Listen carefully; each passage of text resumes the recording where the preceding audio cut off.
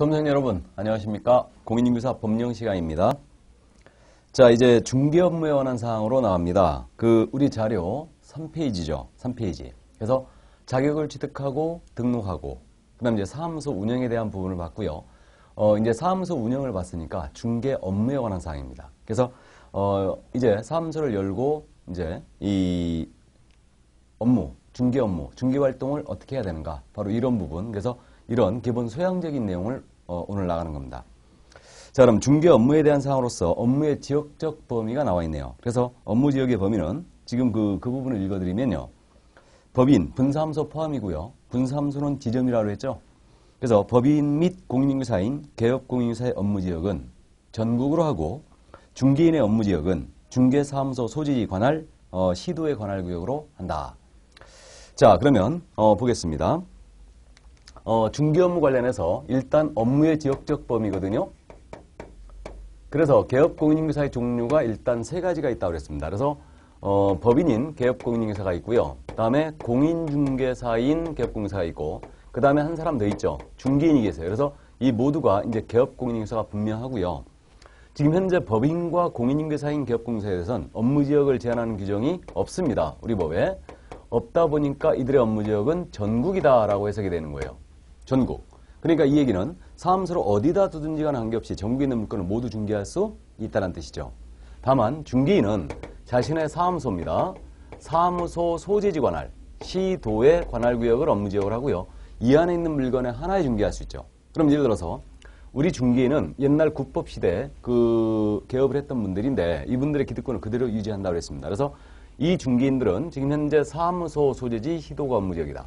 그렇다면 예를 들어서 경기도 광명시에 사무소를 두고 있는 거예요. 중개인이. 그럼 이분의 업무 지역은 어디라는 얘기예요? 경기도라는 얘기죠. 그래서 경기도 물건만을 중개할 수 있음이 원칙이라는 얘기입니다. 여기까지. 자, 그래서 업무 지역 제한이 유일하게 중개인한테만 있다는 점, 이 점을 기억을 해 두시기 바랍니다. 자, 그럼 이제 겸업으로 넘어가겠습니다. 겸업. 그래서 이 겸업으로 들어왔는데요. 지금 이 겸업은 중개업 외에 우리 개업공인사가 주 업무 활동이 중개업이지 않습니까? 중개업 외에 또 다른 업무를 할 수 있겠는가? 바로 이 문제예요. 그래서 이게 바로 이제 겸업의 문제고, 중개사무소 이른바 양다리 걸칠 수 있는, 이게 바로 이중소속이었죠. 그래서 이중소속은 전면적으로 금지되는 겁니다. 그래서 겸업과 이중소속은 전혀 각도가 틀린 거예요. 그래서 내가 중개사무소 열었는데 슈퍼마켓도 할 수 있느냐, 문방구도 할 수 있느냐, 이 문제가 바로 겸업이에요. 이게. 자, 그래서 지금 현재 1번을 잠깐 보시면 법인이 아닌 개업공인사는 원칙적으로 겸업 제한이 없다 이랬어요. 자, 그러면 지금 현재 법인이 아닌 개업공사, 즉 법인이 아닌 개업공사는 개인인 개업공사를 말하죠. 그래서 공인중개사인 개업공사나 중개인을 말하죠. 이들에 대해서는 현재 겸업 제한 규정이 우리 법에 없습니다. 그러니까 원칙적으로 개인은 겸업 제한이 없기 때문에 이때는 어느 정도 능력이 단다면 겸업을 할 수가 있다는 얘기예요. 단 참고로 말씀드리는데 내가 사무소를 열어놓고 회사의 주관에 상근직으로 나간다. 이건 안 되는 겁니다. 내가 만약에 사무소를 열어놓고 회사에 나가버리면 이때는 의뢰인이 찾아왔을 때 그 업무를 소속이나 중개보조인이 할 수밖에 없죠. 그러니까 이때는 등록증 대여행위에 걸리기 때문에 이건 안 되는 거예요. 그래서 어쨌든 겸업 제한이 없다는 걸 일단 이해해 두시고요. 개인은. 그러나 이제 법인은 겸업 제한을 받고 있어요. 그래서 법인은 토탈할 수 있는 업무가요. 7가지 뿐입니다. 그래서 이 법인은 7가지 업무만 수행할 수 있다. 그럼 이 7가지 업무가 뭐냐면요. 중개업 외에 6가지 업무가 더 허용이 돼 있죠. 이게. 그러니까 법인이기 때문에 업무를 더 할 수 있을 것이다. 겸업을 더 할 수 있을 것이다. 라고 외우면 더 안 돼요. 거꾸로입니다. 우리는. 개인은 영세성을 면치 못하기 때문에 개인은 겸업 제한을 안 해놓은 거예요. 그러나 법인은 직원을 수십 명 고용해갖고 대형화될 수 있죠. 근데 업무 제한을 안 해버리면 이상한 업무 하더라고요. 그러니까 제한을 한 거예요. 그래서 법인이 할 수 있는 업무가 훨씬 적죠. 7가지 뿐입니다. 그래서 법인은 중개업에 6가지 업무를 더 할 수 있다. 이 6가지 업무를 법인은 꼭 해야 되는 건 아니고요. 할 수 있을 뿐이에요. 이게. 그래서 우리 법인인 개업공사는 2번의 내용입니다. 지금. 법인인 개업공사는 중개업 외에 부동산의 관리대행, 부동산의 상담, 이건 컨설팅을 말하죠. 주택이나 상가에 대한 분양, 대행 등 정해진 업무 외에는 다른 업무를 함께 할 수 없다 그랬어요. 그러니까 우리 법인은 이 6가지 업무가 더 있거든요. 그래서 더 있는데 그 중에 일단 관리대행, 그 다음에 부동산에 대한 컨설팅, 상담이죠. 이거 할 수 있고요. 다른 중개업자를 대상으로 한 중개업의 경영기법, 경영정보 제공이라고 할 수 있어요. 이게 중개업 프랜차이즈예요. 또 분양대행이라는 것도 할 수 있고요. 경공매 알선대리 당연히 할 수 있고요. 그 다음에 주거이전을 부수는 용역의 알선업 등을 할 수 있습니다. 그래서 정해진 업무 외에는 아예 법인은 할 수가 없어요. 그래서 이제 그 점을 이해를 해 두시고요. 예. 그리고 이제 3번의 내용이죠. 겸업의 3번 내용. 개업공사는 경매 및 공매 대상 부동산에 대한 권리 분석 및 취득의 알선과 매수신청, 입찰 신청의 대리를 할 수 있다 그랬죠. 그래서 우리 개업공사는 경매 업무를 할 수 있거든요. 그래서 이 경매, 공매 업무를 할 수가 있는데 경매는 법원에서 하고 있고요. 공매는 한국자산관리공사에서 하는 걸 우리가 이제 공부하는 건데 공개 매각이 준 말이에요. 그래서 경공매 부동산에 대한 권리 분석과 취득의 알선을 할 수가 있고요. 그 다음에 입찰 신청, 매수신청 대리 업무도 수행할 수 있습니다. 단 주의할 점은요. 이 업무를 우리 개업공사에게 모두 허용을 했지만 지금 현재 중개인은 자격증이 없는 거죠. 그래서 중개인한테는 허용을 안 했어요. 그래서 중개인은 이 업무를 한 가지도 할 수 없다는 점, 이 점을 일단 이해를 해 두시기 바랍니다. 여기까지. 자, 그래서 이 겸업에 대한 태도, 법인이 아닌 개업공사는 원칙 제한이 없습니다. 다만 법인은 7가지 외에는 아예 할 수가 없다. 다음에 중개인을 제외하고 우리 경공매 부동산에 대한 권리 분석, 취득 알선, 입찰 신청 대리 업무를 수행할 수가 있죠. 이게.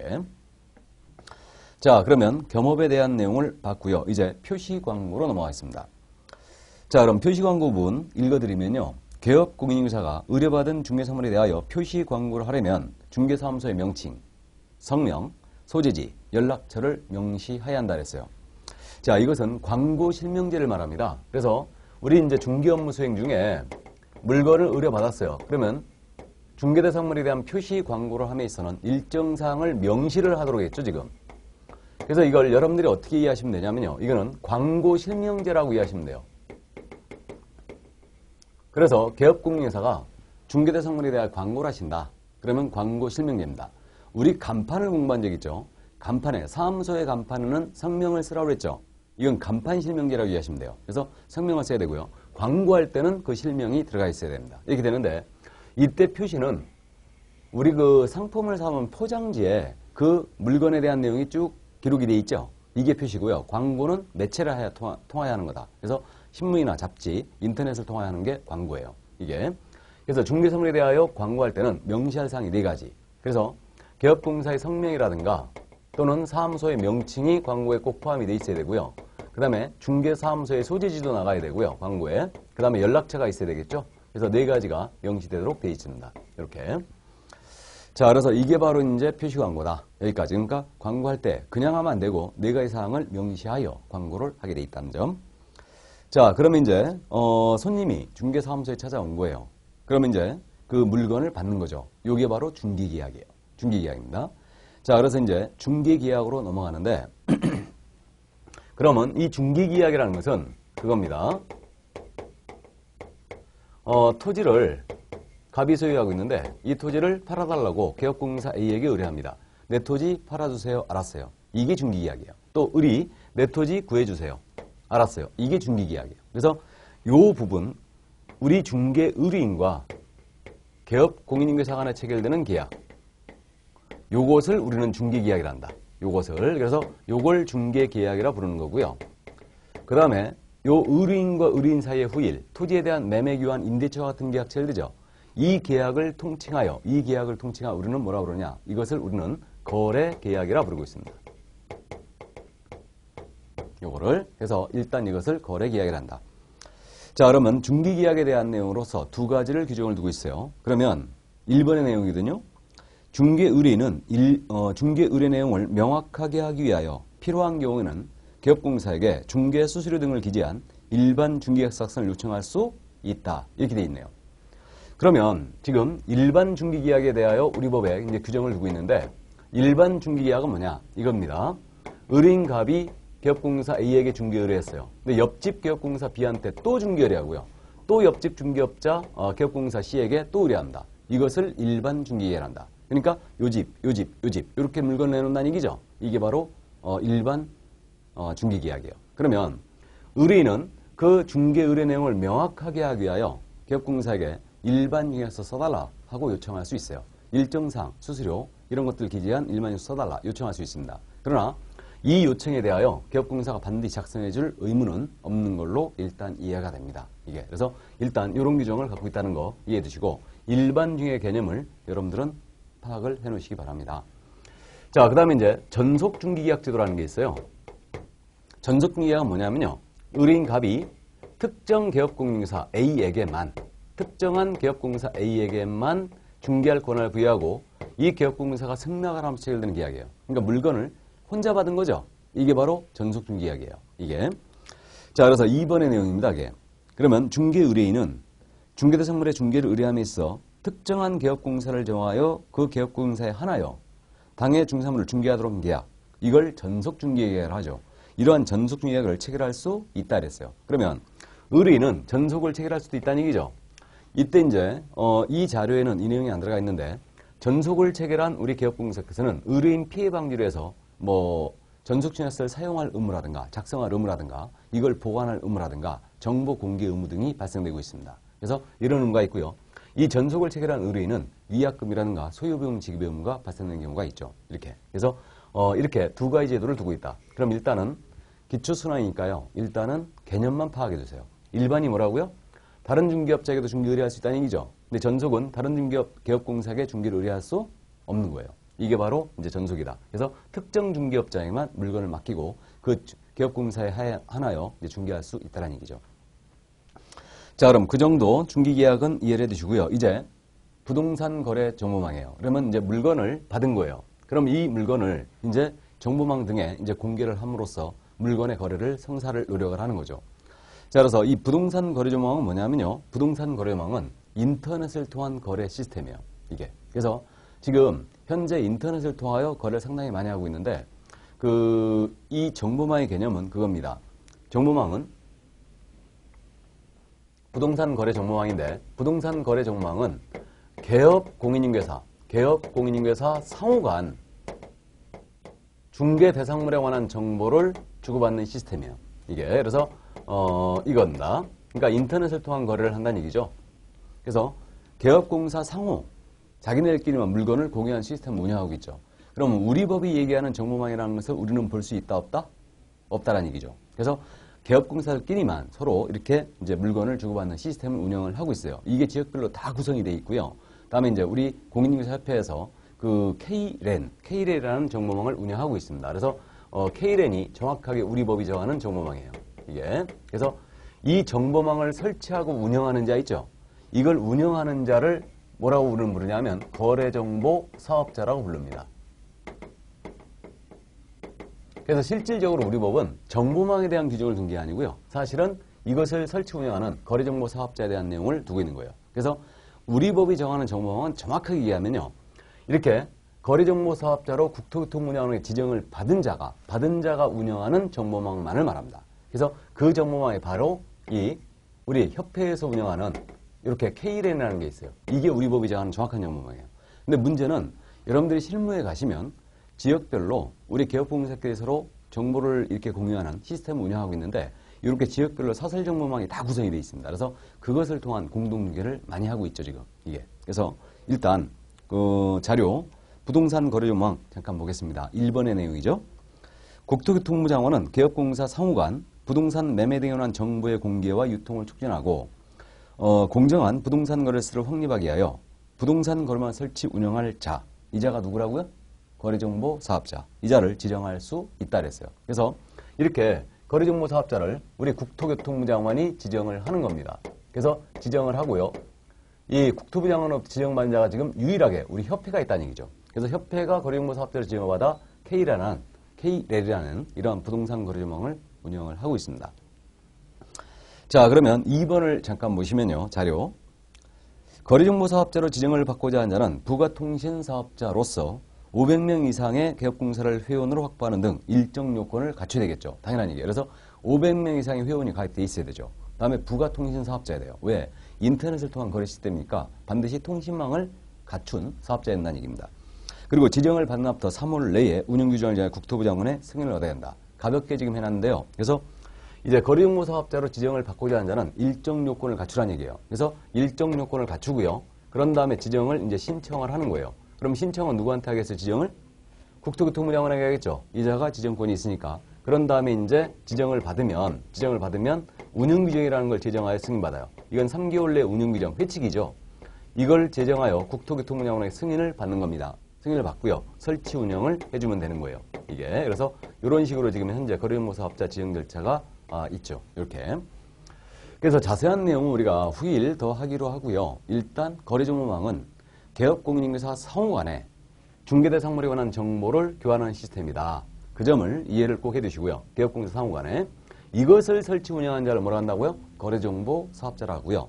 거래정보 사업자의 지정권은 누가 있다? 국토교통부장관에 있다는 점 이해해 주시고, 그럼 거래정보 사업자로 지정을 받고자 할 때는 일정 요건을 갖춰야 된다더라. 그 정도만 일단 기억을 해 주시기 바랍니다.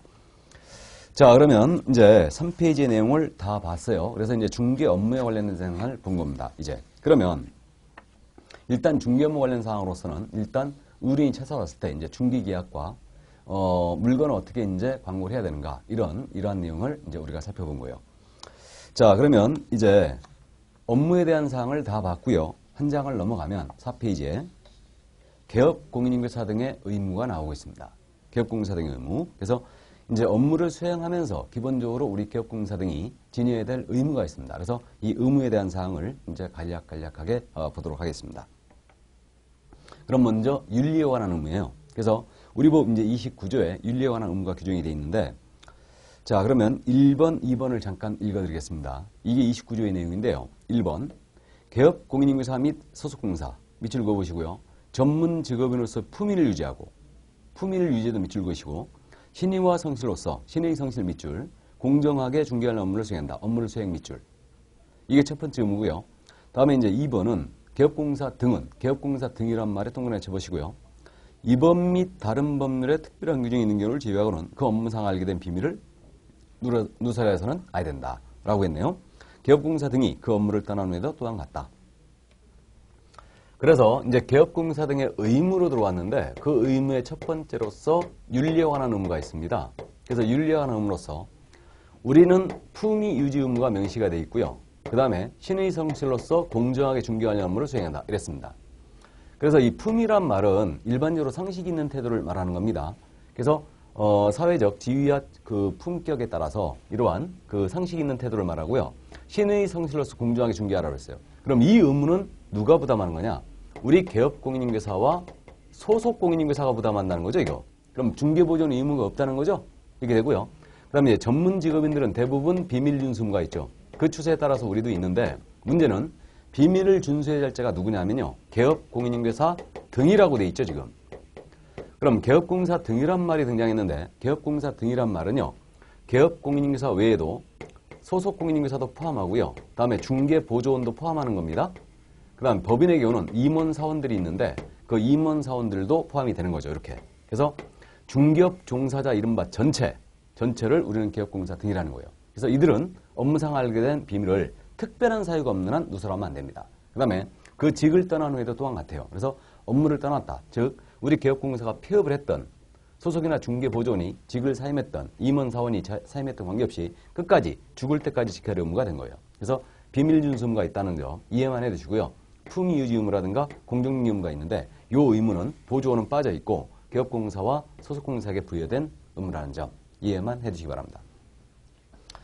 자, 그래서 기본 윤리에 관한 의무를 받고요. 이제 핵심적인 중개인으로 왔죠. 확인 설명 의무로 갑니다. 자, 그러면 이제 확인 설명 의무인데 중개 대상물에 대한 정보를 브리핑할 의무예요. 이게 바로 확인 설명입니다. 그럼 이제 핵심적인 중개 활동 중에 하나를 말하죠.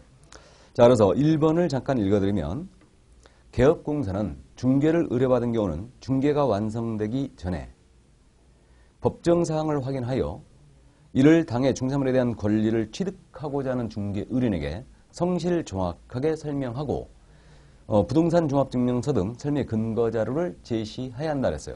그래서 이제 핵심적인 중개인으로 들어왔거든요. 그래서 확인 설명 의무로 들어왔는데 자, 확인 설명 의무는 여러분들 쉽게 이해가 될 겁니다. 그럼 이 확인 설명 의무는 그거 아닙니까? 이 토지를 소유하고 있는 갑인데 이것을 을과 거래하시는 거예요.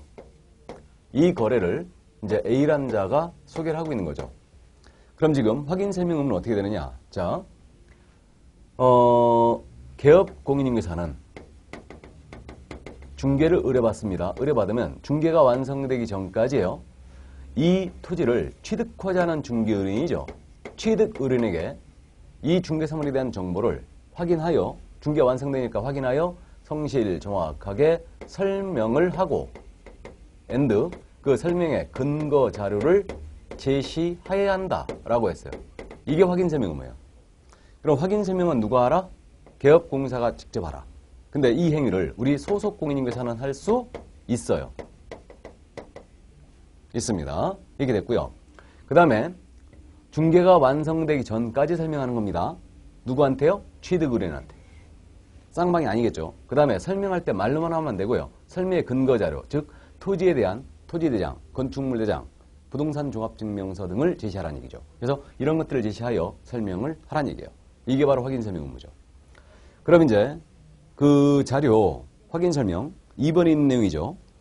개업공인사는 중개가 완성되어 거래계약서를 작성하는 때는 확인 설명서를 작성, 이에 서명 및 날인 중개 행위를 한 소공사 포함이고요. 서명 및 날인하여 거래 당사 교부하고 그 사본을 3년간 보존해야 한다 그랬죠. 이제는 확인 설명서 작성 교부 보존 의무입니다. 그럼 이제 중개가 완성됐습니다. 그러면 이 토지에 대하여 계약서를 써주거든요. 계약서를 쓸 때는 자신이 설명했던 내용을 문서로 작성하기 교부해요. 그러면 우리 개업공인사가 확인 설명서를 작성할 의무가 있다는 얘기입니다. 언제 작성하라고요? 거래계약서를 작성할 때. 근데 이 행위를 마찬가지로요. 확인 설명 작성에는 우리 소속공사도 할 수 있어요. 할 수 있습니다. 보조원은 그럼 할 수 없다는 얘기입니다. 이렇게 되고요. 그래서 용어의 정의를 봤을 때 우리 소속공사는 중개 업무를 수행할 수 있다고 그랬거든요. 그러니까 확인 설명 의무라든가 확인 설명 작성 의무는 핵심적인 중개 행위로서 직접 개업공사가 해야 되는데 이 행위를 소공도 할 수 있다는 얘기고요. 그럼 이때는 세부 이상을 작성해야 될 겁니다. 왜냐하면 쌍방 모두에게 줘야 돼, 이거는. 설명은 취득의뢰인한테만 하죠. 근데 설명서 교부는 쌍방 모두에게 하는 거예요. 그래서 모두에게 교부하고 한 분은 우리 개업공사가 3년간 보존해야 되거든요. 설명서를. 그래서 보존해야 되기 때문에 이거는 이제 세부 이상을 기본 작성하고 여기다 서명 날인을 이제 하는 겁니다. 근데 여기서 지금 설명서에는 서명 및 날인이라고 그랬죠. 그럼 이제 이게 서명 및 날인이라고 그랬으니까 서명도 하고 이름도 쓰는 거예요. and입니다. 이거는. 또는이 아니에요. 그래서 우리 과목에서 또는이냐 밋이냐 주의해야 될 부분인데 바로 이 부분이에요. 그래서 서명 및 날인인데 그러면 이름을 이렇게 쓰고 도장을 찍어라 바로 이 얘기예요. 자필하고 도장을 찍어라. 이게 서명 및 날인이에요. 그러면 서명 또는 날인은 위법이라는 얘기예요. 그래서 그 점을 일단 주의해 주시고 그래서 컴퓨터로 지금 현재 설명서를 출력을 많이 하고 있죠. 그러니까 이제 그 사설 정보망 시스템에서 바로 설명서 입력해갖고 출력하면 바로 나오거든요. 그래서 이렇게 하고 있는데 어쨌든 자필을 하고 도장을 찍어라 이게이고요. 여기에 누가 더 찍어야 되냐면 개업공인사는 무조건 여기다 대고 설명서에다 대고 서명 및 날인 해야 됩니다. 해야 되고요. 여기에 더하여 누가 더 해야 되느냐? 중개행위를 한 소공사라고 그랬어요. 중개행위한 소속공사는 함께 서명 및 날인해야 되거든요. 그럼 중개행위했다는 얘기는 무슨 얘기냐? 우리 소속공사가 확인 설명했다든가 설명서를 썼어요. 그럼 책임 소재를 분명히 하기 위해서 우리 소공사는 그 확인 설명서에다가 서명 및 날인을 개업공사 함께 해주셔야 합니다. 일단 여기까지. 자, 그래서 일단 확인 설명서 작성, 교부, 보존의 의무까지 다 봤어요. 그러니까 핵심 중개행위 두 가지를 일단 본 겁니다. 자, 그러면 이제 거래계약서로 내려갑니다. 그 밑에 있죠? 읽어드리면요. 개업공사는 중개사물에 대하여 중개가 완성된 때에는 거래계약서를 작성, 이에 서명 및 날인하여 거래 당사자에 교부하고 그 사본을 5년간 보존한다 그랬어요. 5년간. 자, 그럼 거래계약의 개념은 말씀드렸죠. 거래계약은 의뢰인과 의뢰인 사이에 체결되는 매매, 교환, 임대차와 같은 계약. 이것을 우리는 거래계약이라 부른다 그랬고요. 그러면 우리 개업공사는 자신이 소개한 물건에 대한 거래가 완성되면 전문가답게 계약서를 써주라는 얘기예요. 이게 거래계약서입니다. 그럼 거래계약서는 누가 써야 되겠습니까? 개업공사가 써야 되죠. 근데 이 행위를 누구도 할 수 있다? 소공이 할 수 있죠. 그래서 언제 쓰느냐? 중개가 완성됐을 때. 그럼 중개 완성 시기는요. 이거는 계약 체결 시점을 말합니다. 그때 계약서 써야 되니까. 그러니까 잠금시가 절대 아니에요. 그래서 계약이 체결되면 중개 완성됐으므로 전문가답게 거래계약서를 작성하는데 이때 몇 부 이상해야 되겠어요? 당연히 쌍방에게 줘야 되니까 쌍방 두 부하고 여기 기업공사는 한 부 5년간 보관하라고 했죠. 그러니까 역시 세 부입니다. 그래서 설명서 등 계약서 등 일단 세 부로 보이고요. 그러니까 세 부를 작성하여 쌍방 교부하고 한 부는 5년간 보관해야 돼요. 마찬가지로 이 거래계약서는 서명 및 날인을 역시 해야 됩니다. 그럼 서명 및 날인 누가 하라고요? 계약공유사와 중개행위한 소공사가 함께 서명 및 날인하는 거예요. 그래서 여기다 대고 도장을 이제 같이 서명 및 날인이다. 이름을 쓰고 도장을 찍게 되죠. 그래서 이제 핵심 중개행위 세 번째 거래계약서를 본 겁니다. 그럼 이제 정리하면 확인설명서를 중개 완성되면 작성하여 쌍방교부하고 한 부는 3년 보관이죠. 두 번째는 거래계약서를 작성하여 쌍방교부하고 한 부는 5년간 보관이죠. 이거는. 그 다음에 확인설명서 등 거래계약서 등 이 두 서류에는 반드시 서명 및 날인이라는 겁니다. 서명 또는 날인이 아니라는 거죠. 그래서 우리 법령에서 개업공유사와 중개행위한 소공이 서명 및 날인할 서류가 딱 두 가지가 있는데 그게 바로 확인설명서와 거래계약서예요. 이렇게 되고요. 그 다음에 이제 서류 보존이 나왔거든요. 서류 보존인데 확인설명서 3년 보존이에요. 거래계약서는 5년 보존이죠. 중개 완성문서니까. 그 다음에 이제 하나 서류가 더 있는데 전속중개계약 기억납니까? 그러면 전속중개계약 체결 시에는 우리 기업공사는 전속중개약서를 작성하게 돼 있어요. 이때 이 전속중개약서도 3년 보관하게 돼 있죠. 그래서 서류 보존은 전속 3, 확인설명서 3년, 거래계약서 5년 이렇게 이제 세 서류가 보관 서류예요. 일단 참고해 두시고. 자, 그래서 핵심 중개행위 세 가지 확인설명, 확인설명 작성, 거래계약서의 작성까지 다 봤습니다. 자, 그럼 이제 다음으로 손해배상으로 넘어갑니다. 손해배상. 그래서 이제 손해배상 의무인데요. 우리 개업공사가 업무 수행을 하다가 만약에 의뢰인의 손해 입혔다. 그럼 손해배상 책임을 집니다. 또 고용인을 고용하여 업무를 하다가 고용인인 자가 의뢰인에게 손해 입혔다. 그럼 그 손해배상 책임을 고용인도 짐과 동시에 우리 개업공사가 함께 집니다. 그래서 이게 바로 이제 손해배상 책임인데 1번을 읽어드리면요. 개업공사는 중개행위를 함에 있어 고의 또는 과실로 인하여 또는 자기의 중개사무소를 다른 사람의 중개행위 장소로 제공함으로써 거래당사에게 제한상의 손해를 발생하게 한 때는 그 손해를 배상할 책임이 있다 이랬어요. 자, 그럼 이제 손해배상으로 넘어왔는데요. 손해배상. 뭐 가볍게 이해하시면 되겠네요. 그래서 업무를 수행하다가 손해 입히면 당연히 손해배상 책임을 져야 되지 않겠습니까? 그래서 대전제는 이 손해배상 의무는요. 개업공사가 중개행위하다가 고의, 일부러 또는 과실, 실수로 의뢰인에게 손해 입힌 거예요. 그럼 손배 책임이 있습니다. 또 더 나아가서 자신의 중개사무소를 다른 사람의 중개행위 장소로 행했어요. 그러니까 A가 자기 중개사무소를 B라는 자에게 제공을 한 거예요. 그래서 이 B가 이 사무소에서 갑을 간의 거래를 성사시킨 겁니다. 그럼 만약에 갑을이 손해 입었잖아요. 그럼 제공중개업자는 개업공사는 손해배상 책임이 있다는 얘기죠. 이거. 그래서 이렇게 중개행위 하다가 고의 또는 과실로 또는 사무소 적용했다가 손해 입혔다. 그러면 그 손해배상 책임이 있는데 이때는 재산상 손해배상할 책임이 있다고 했죠. 그러니까 우리 법에 의해서는 개업공사는 재산상 손해배상 책임을 지게 돼요. 일단. 그럼 정신적 손해배상금은요. 민법에 따라 책임을 지는 겁니다. 이게. 그래서 일단 이러한 책임을 이제 지게 돼요. 이게. 그래서 여기까지고요. 만약에 중개 의뢰인에게 우리 소속공사나 중개보조원이 손해 입혔잖아요. 그래도 우리 개업공사는 책임을 지게 돼 있죠. 소속이나 중개보조원의 업무상의는 그를 고용한 개업공사의 업무 행위로 간주하기 때문에 그렇죠. 일단. 그래서 재산 손해배상 책임을 이게 지게 됩니다. 그러면 이제 손해 입었는데 개업공사가 돈 없다 오리발렘입니다. 그러면 이제 우리 의뢰인이 피해를 입잖아요. 그러니까 이제 개업공사에게 보증을 설정하겠는데 이게 바로 보증설정제도예요. 그래서 2번을 읽어드리겠습니다. 2번을 보시면 개업공사는 업무를 개시하기 전에 손해배상 책임을 보장하기 위하여 보증보험, 공제 가입을 하거나 또는 공탁을 해야 한다 그랬죠. 자, 즉 보증 설정을 해야 된다고 했어요. 이게. 그래서 이러한 개업공사의 손해배상 책임을 보장하기 위하여 우리 개업공사는 보증을 설정해야 돼요. 그래서 여러분들이 중개사무소 지나보면 이 중개사무소는 손해배상 책임 1억 원을 가입한 업소입니다. 이렇게 돼 있잖아요. 이거는 그 중개사무소만 가입되어 있는 거 아니에요. 전국에 있는 개업공사는 전부 다 가입하게 돼 있습니다. 그래서 보증 설정은 업무를 개시하기 전까지 설정을 해주는데 이건 손해배상 책임을 보장하는 조치예요. 해서 만약에 보증보험으로 들어간다. 공제에 들어간다. 이렇게 들어갑니다. 그러면 우리 공탁을 물론 할 수도 있는데 요 세 가지 방법 중에 하나로 하고요. 재정 보증인을 세우는 방법은 인정하지 않습니다. 그러면 이때 가입 금액이 얼마냐? 우리 개인입니다. 공인중개사인 개업공사라든가 중개인이에요. 이들은 1억 원 이상의 가입을 해줘야 돼요.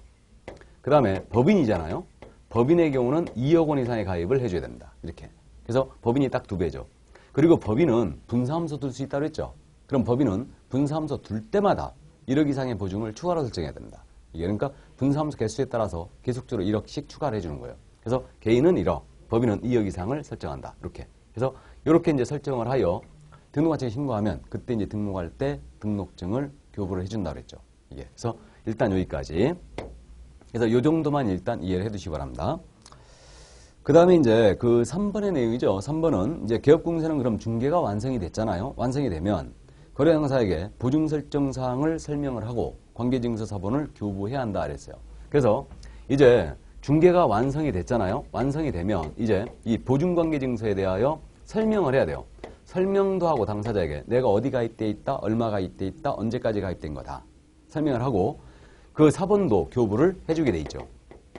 그래서 설명도 하고 사본도 교부한다. 그래서 이제 공제증서라고 이제 교부를 하는 겁니다. 이게 이렇게 되는데 그럼 우리 중개 완성됐을 때 의뢰인 쌍방에게 교부하는 서면 세 가지거든요. 다 나왔어요. 중개가 완성되면 확인설명서를 작성하여 쌍방 교부해야 되죠. 한부 3년 보관이죠. 이게 첫 번째.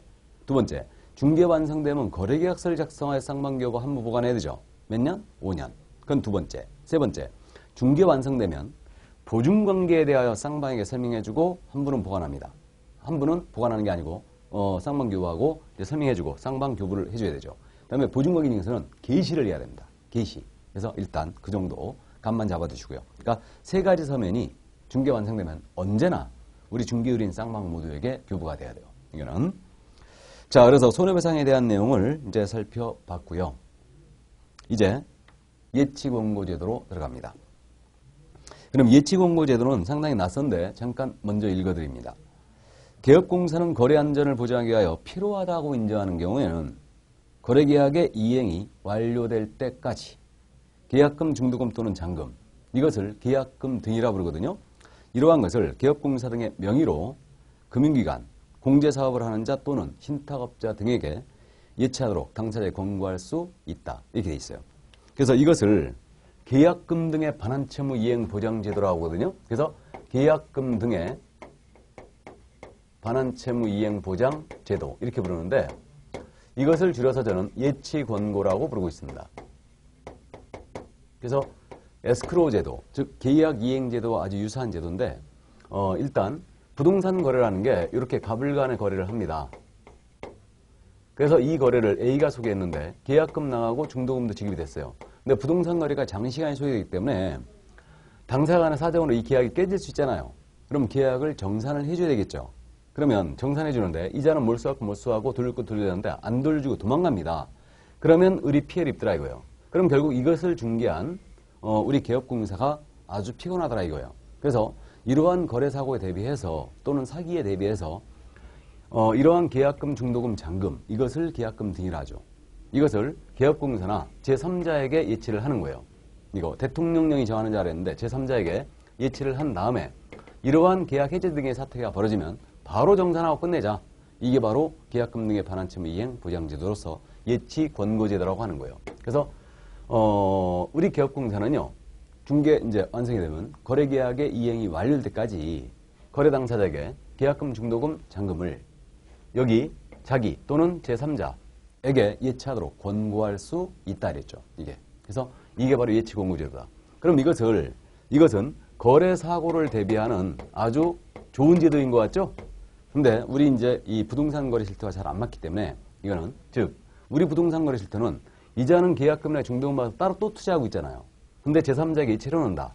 이거는 우리 실태와 잘 안 맞습니다. 그래서 그 타협점에서 예치 권고할 수 있다라고 돼 있는 거예요. 꼭 예치를 해야 된다 그런 거 아니죠. 그래서 이러한 거래 사고에 대비해서 이제 예치 권고를 할 수도 있다. 그럼 이제 당사자가 노에 뿌리면 끝이거든요. 근데 오케이를 하게 되면 이제 이렇게 개업공사 명의로 예치했을 때는 일정한 의무가 이제 부여가 되죠. 이게.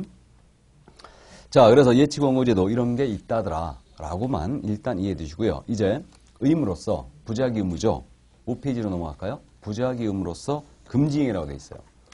금지행위는 그럼 말 그대로 하지 말아야 될 것들을 말하는 거죠. 그래서 일정한 행위를 하지 말 것을 이제 규정을 두고 있는데 이게 바로 금지행위입니다.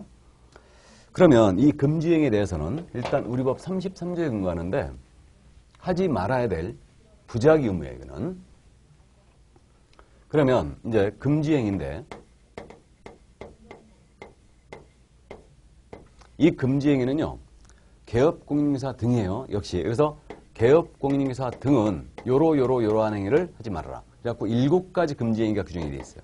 이걸 7금지라고 부릅니다. 7금지. 7공주 말고. 그래서 7금지라고 부르는데 그 7가지가 지금 7번까지 나열이 되어 있죠. 그래서 먼저 중개대 상물에 대한 매매업이 금지가 되어 있어요. 부동산을 사고 팔고 업을 하는 거 안 됩니다. 이상하지 않아요? 이상하죠? 우리 개업공사가 부동산을 갖고 노는 사람인데 부동산 사고 팔고 업을 하는 거 안 돼요. 이거는 자기가 알고 있는 정보를 이용하여 부동산 투기를 조장할 거가 그런 겁니다. 이게 첫 번째 금지행위고, 두 번째, 무등록 중개업자임을 알면서 그를 통하여 중개를 받거나 그에게 명의를 이용케 하는 게 안 됩니다. 즉, 무등록 중개업자의 탄생을 막기 위해서 무등록 중개업자와 거래하는 행위 금지예요. 이게 두 번째 금지입니다. 그 다음 이제 세 번째로 우리는 법정 한도가 정해진 중개 보수가 있죠. 그래서 보수를 초과하여 받는 행위 금지행위죠. 보수 초과 소수 당연히 금지예요. 그러니까 정해진 한도를 단 한 필이라도 초과해 받으면 안 됩니다. 그 다음에 네 번째로 거짓된 언행 등으로 중개 의뢰인의 판단을 그치게 하는 행위가 금지되어 있어요. 거짓말하지 말라는 얘기죠, 얘기는. 그래서 중개사물의 거래상 중요 사항이 있어요. 상태에 대한 정보, 권리관계에 대한 부분, 공법상 제한에 관한 부분, 이런 것들이 있는데 이러한 것들에 대하여 거짓말을 하지 말아라. 지금 이렇게 돼 있죠. 그래서 거짓된 언행, 이게 네 번째 금지이고요. 그 다음 다섯 번째는 부동산 분양 임대인과 관련 증서가 있어요. 증서. 대표적인 증서는 이건 딱지를 얘기하는데 뭐 양도가 금지가 되고 있는 재개발 입주권 또는 이제 청약저축 통장 이런 것들이 증서예요. 그래서 부동산을 분양받을 수 있는 증서죠.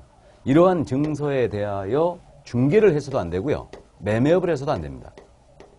당연히 그래서 이거는 거래 질서를 문란케 할 우려가 있기 때문에 다섯 번째로 금지가 되어 있고요. 그 다음 여섯 번째, 중개 의뢰인과 직접 거래하는 행위 안 돼요. 그 다음에 거래 당사자 쌍방을 대리하는 행위도 안 됩니다. 그럼 직접 거래하는 건 뭐냐면요, 그거예요. 중개 의뢰인이 부동산을 내놓으러 왔습니다. 근데 급매예요. 해외 이민 가서 내가 싸게 좀 판대요. 보아하니 물건이 지금 현재 시세가 5억에 가고 있는데 이걸 4억 5천에 내는 겁니다. 그러면 그 물건 바로 개업공사 등이 사버리면 안 된다는 얘기죠. 그러니까 의뢰인과 부동산에 대해 직접 거래하는 거 안 돼요. 이거는. 그래서 제3자를 통하여 거래해야 됩니다. 다른 중개업소를 통해서. 그래야 되고요. 그 다음에 쌍방을 대리하는 것도 안 돼요. 그럼 쌍방 대리는 이렇게 계약서를 쓰는데 자신이 소개했어요. 그러면 갑도 대리하고 을도 대리하고 혼자서 계약서를 다 써주는 거죠. 이건 안 돼요. 대리하는 행위는 쌍방 대리는 금지다. 그럼 일방으로부터만 개업공사가 대리권을 수여받아서 다른 의뢰인과 계약을 해주는 금지행위가 아닙니다. 그래서 의뢰인과 직접 거래한다. 의뢰인 물건 직접 사거나 의뢰인에게 자기 부동산 팔아치우거나 다 금지행위고요. 그 다음에 쌍방을 대리하는 것도 다 금지예요. 그 다음 마지막으로 투기를 조장하는 행위. 이건 당연히 금지인데 미등기 부동산을 전매중개했거나 이런 행위가 투기조장이에요. 그래서 이러한 투기조장행위를 해서 안 됩니다. 그래서 이것을 우리는 7금지라고 부르고 있죠. 그래서 이렇게 하지 말아야 될 7가지 금지행위가 있는데 주의할 점은 이 금지행위는요, 개업공인중개사에게만 적용되는 게 아니에요. 개업공인중개사 외에도 소속공사, 중개보조원, 법인의 임원사원들도 이 금지행위면 안 된다는 얘기입니다. 그래서 금지행위를 하게 되면요, 강력한 제재가 뒤따르게 돼요. 그래서 요 4가지 위반하면요, 참고로 1년짜리 징역사유입니다. 그 다음에 이 3가지 위반하게 하면 이거는 3년짜리 징역사유예요. 그래서 일단 그 정도, 그러니까 금지행위 7가지가 있다더라. 그래서 이 정도.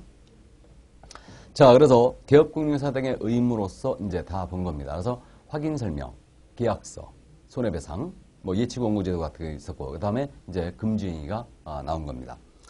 자, 그러면 여기까지 이제 살펴봤고요. 이제 다음으로는 중개보수가 나오고 있죠. 자, 그러면 중개보수에 대한 내용을 보겠습니다. 이게 작년까지만 해도 이제 중개수수료라고 불렀던 거죠. 근데 이제 수수료란 말이 우리가 업무에 대한 대가로 받는 건데 수수료 좀 이상하잖아요. 그래서 이제 보수라고 용어를 고친 거죠. 그래서 중개보수, 실비라는 게 또 있습니다. 그래서 두 가지를 일단 구분되는데, 그러면 중개보수는 이제 업무에 대한 대가입니다. 그래서 중개보수는 중개 업무에 대한 대가고요. 그 다음에 실비라는 게 있거든요. 그러니까 실비는 이거는 비용을 보상해 주는 거예요. 그 다음에 이제 업무에 대한 대가가 바로 중개보수죠. 이렇게. 그래서 크게 이제 두 가지가 나눠지는데, 그럼 이때 중개보수를 달라갈 수 있는 권리, 이게 보수청권이거든요. 그래서 이제 보시면 중개보수청권이에요. 기업 공인인증사는 중개 업무에 관하여 중개의료로부터 소정의 보수를 받는다. 당연한 얘기죠. 다만 기업공사의 고의 또는 과실로 인하여 중개의뢰인 간의 거래행위가 무효 취소 해제된 경우는 그러하지 아니하다. 당연한 얘기죠. 그래서 우리 기업공사는 중개를 했다면 이제 소정의 보수를 받습니다. 우리 기업공사는 사업자 등록을 한 사업자로서 상인이죠. 그러니까 상인은 당연히 상인보수청권이 인정되죠. 그래서 일을 했다면 당연히 보수를 받을 수가 있습니다. 그래서 보수를 받을 수 있고요. 다만 이 계약이 만약에 을에게 거짓말함으로써 만약에 계약이 성사가 됐다. 그럼 나중에 그 계약이 깨질 수 있죠. 이때는 보수를 못 받습니다. 그래서 그 정도 감만 잡아두시고요. 그 다음에 이제 중개보수의 한도라고 되어 있습니다. 그래서 이 중개보수에 대해서는 우리 법이 엄격히 한도를 정하고 있어요. 그래서 이 한도에 대해서는요. 일단 2번에 있는 내용인데 먼저 읽어드리고 봅니다. 주택의 동그라미 쳐보세요. 주택의 중개에 대한 보수는 매매 교환의 경우는 일방으로부터 0.9%, 임대차 등의 경우는 0.8% 범위 내에서 시도조를 정하고 주택 외의 중개사물에 대한 중개에 대한 보수는 일방으로부터 0.9% 범위에서 국토교통부를 정한다. 이랬죠? 그래서 이게 지금 현재 중개보수에 대해서는 한도 정하는 방법이 일단 크게 나눠지기를 물건이 주택이냐 주택이 아니냐에 따라서 달라지고 있죠. 지금. 그럼 주택이 아닌 중개사물은 상가, 토지, 임모, 광업재단, 공장재단이 있죠. 그럼 주택에 대한 중개보수 한도는 어떻게 정하느냐 하면 이거는 국토교통부령이 정하는 범위에서 시도조를 최종 정합니다. 시도조례로. 그래서 시도조를 정하는데 이게 일방으로부터 주택의 매매교환이잖아요. 매매교환계약은 일방 0.9%, 임대차 등의 경우는 일방 0.8%죠. 최고. 이렇게 정해주고요. 이 범위 내에서 조례가 다시 정하고 있죠. 그래서 특히 우리 주택에 대해서는요. 금액이 일정 금액 6억 이하다. 이러면 낮은 유율치기를 취하고 있습니다. 일단은. 임대차는 3억 이하. 이러면 낮은 유율치기를 취하고 있습니다. 그래서 어쨌든 현재 이렇게 매매교환, 임대차 등으로 구분해서 일방으로부터 일방 최고 0.9, 매매교환은 임대차 등은 0.8로 돼 있죠. 이렇게. 그럼 주택이 아닌 상가, 토지 이런 것들입니다. 이런 것들은 매매교환, 임대차 구분이 없어요. 없이 매매든 임대차든 관계없이 일방 최고 0.9%예요. 이렇게 되고 그래서 국토부령이 이건 직접 정하고 있어요.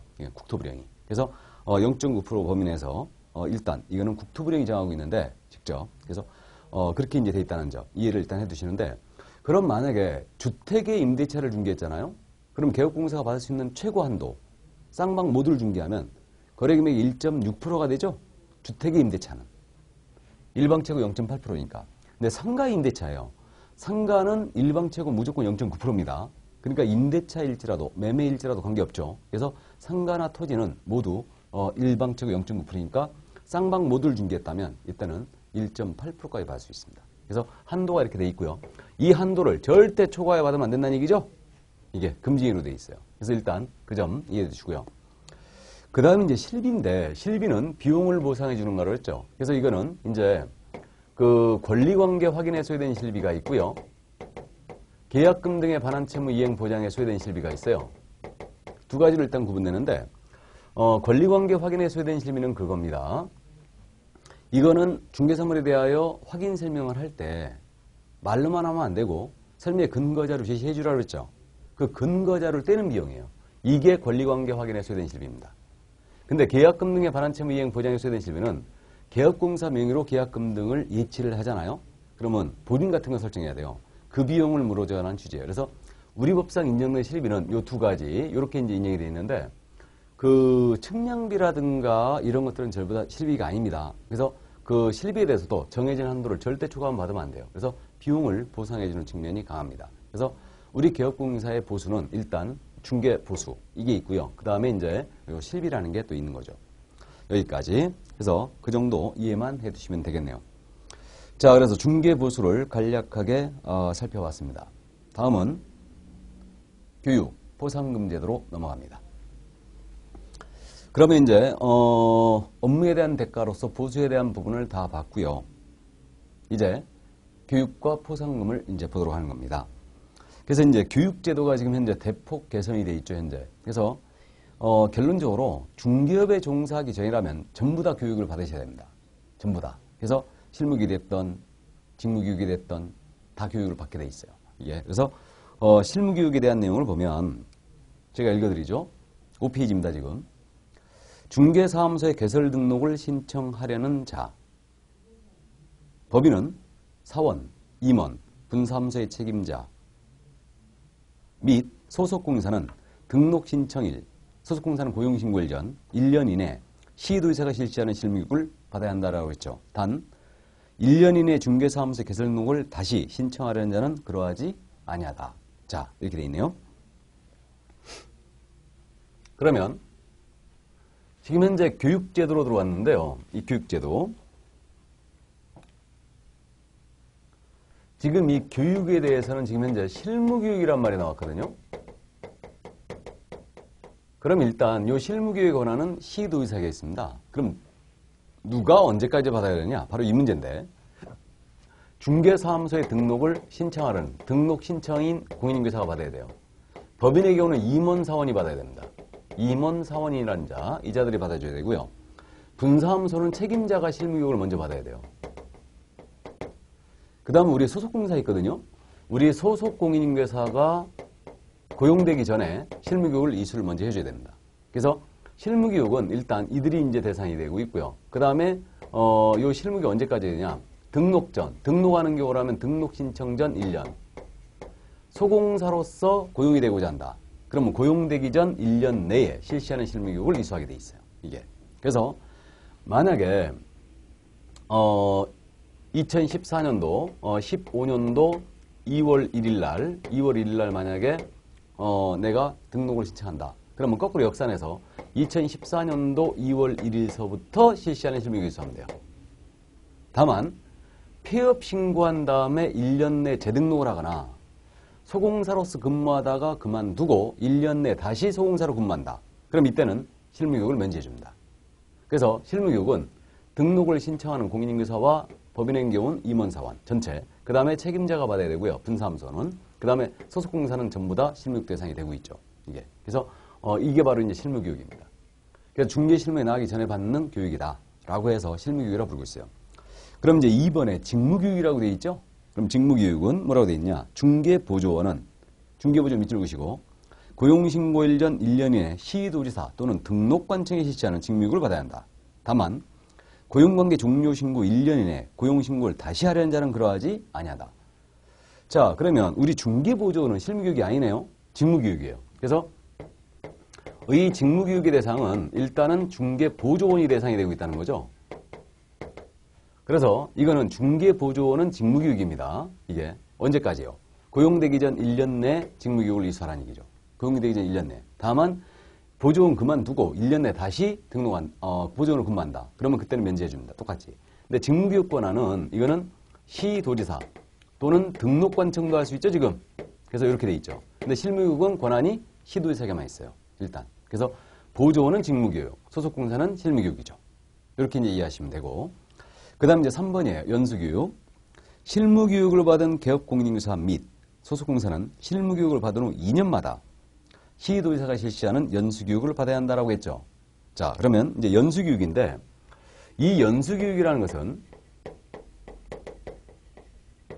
중개업에 종사하면서 보수교육입니다. 이거는. 그래서 이제 제도가 바뀌거나 막 그러잖아요. 법이 바뀌고. 그러니까 보수적인 성격을 띠는 교육이에요. 이거는. 그래서 뭐 우리가 건물 부서지면 보수하듯이 우리가 잊어버리고 제도가 바뀌고 법이 바뀌었다. 그러니까 이것에 하여 이제 수정을 하는 겁니다. 그래서 이런 보완을 위해서 이제 연수교육을 하는 건데, 그래서 이 연수교육은 대상이 누구냐?